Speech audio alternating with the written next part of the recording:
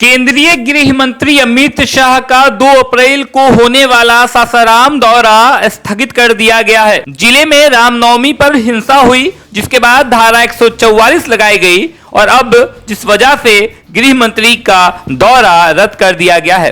इस बात की जानकारी बीजेपी के प्रदेश अध्यक्ष सम्राट चौधरी ने दी।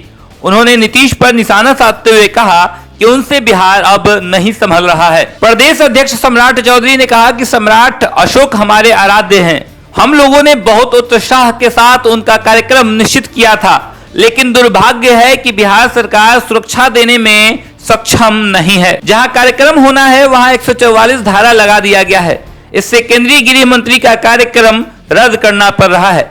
केंद्रीय गृह मंत्री अमित शाह शनिवार की शाम पटना पहुंच रहे हैं। 2 दिन के इस दौरे में अमित शाह पहले पटना में बीजेपी पदाधिकारियों के साथ शाम में मीटिंग करेंगे। उसके अगले दिन नवादा में सभा करेंगे। जैसे जैसे लोकसभा चुनाव 2024 नजदीक आ रहा है, अमित शाह का बिहार दौरा जल्दी हो रहा है। पिछले 6 महीने में वह 4 बार बिहार आ चुके हैं।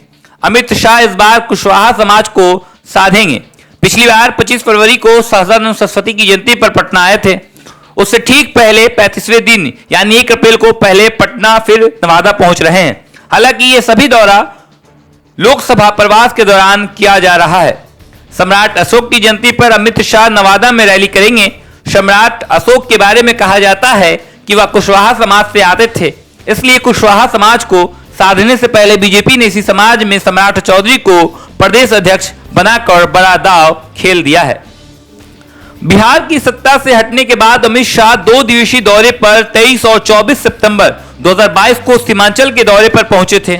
यहां से उन्होंने 2024 लोकसभा चुनाव की तैयारी का आगाज कर दिया था। अमित शाह ने अपनी रैली के माध्यम से सीमांचल के चारों जिले पूर्णिया, अररिया, किशनगंज और कटिहार साधने की कोशिश की थी। ये चारों मुस्लिम बहुल इलाके हैं। इन इलाकों में अमित शाह ने 2 दिन रहकर अपने कार्यकर्ताओं, अपने नेताओं से मिलकर फीडबैक लिया था। इस पूरे इलाके में किस तरह से भाजपा को स्थापित किया जाए, इसका मूल मंत्र दिया था। सीमांचल के बाद जेपी की जन्मस्थली भी गए थे, यानी केंद्रीय गृह मंत्री अमित शाह 11 अक्टूबर 2022 को लोकनायक जयप्रकाश नारायण की जयंती के अवसर पर उत्तर प्रदेश और बिहार के सीमावर्ती सिताब दियारा गांव में पहुंचे थे। अमित शाह ने यहां भारतीय जनता पार्टी के मिशन बिहार को धार दी थी।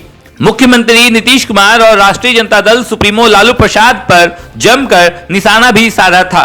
बिहार में एनडीए की सरकार के गिरने के बाद अमित शाह का यह दूसरा दौरा था। इसके पहले वे सीमांचल इलाके में आए थे। उस दौरान भी उन्होंने वर्तमान महागठबंधन सरकार को निशाने पर लेकर भारतीय जनता पार्टी की सत्ता में पुनर्वापसी के लिए प्राप्ति मिशन बिहार का आगाज कर दिया था। 25 फरवरी 2023 को अमित शाह बिहार के तीसरे टाइम दौरे पर आए थे। पहले उन्होंने वाल्मीकि नगर में जनसभा की, इसके बाद पटना में सहजानंद सरस्वती की जयंती सह किसान समागम में भाग लिया। वाल्मीकि नगर की जनसभा में उन्होंने पूर्वी और पश्चिमी चंपारण को भी साधा। इस दौरान उन्होंने जमकर नीतीश कुमार और तेजस्वी यादव पर निशाना साधा। अमित शाह ने वाल्मीकि नगर और पटना की दोनों सभाओं में यह साफ कर दिया कि अब एनडीए में नीतीश कुमार की एंट्री बंद हो गई है।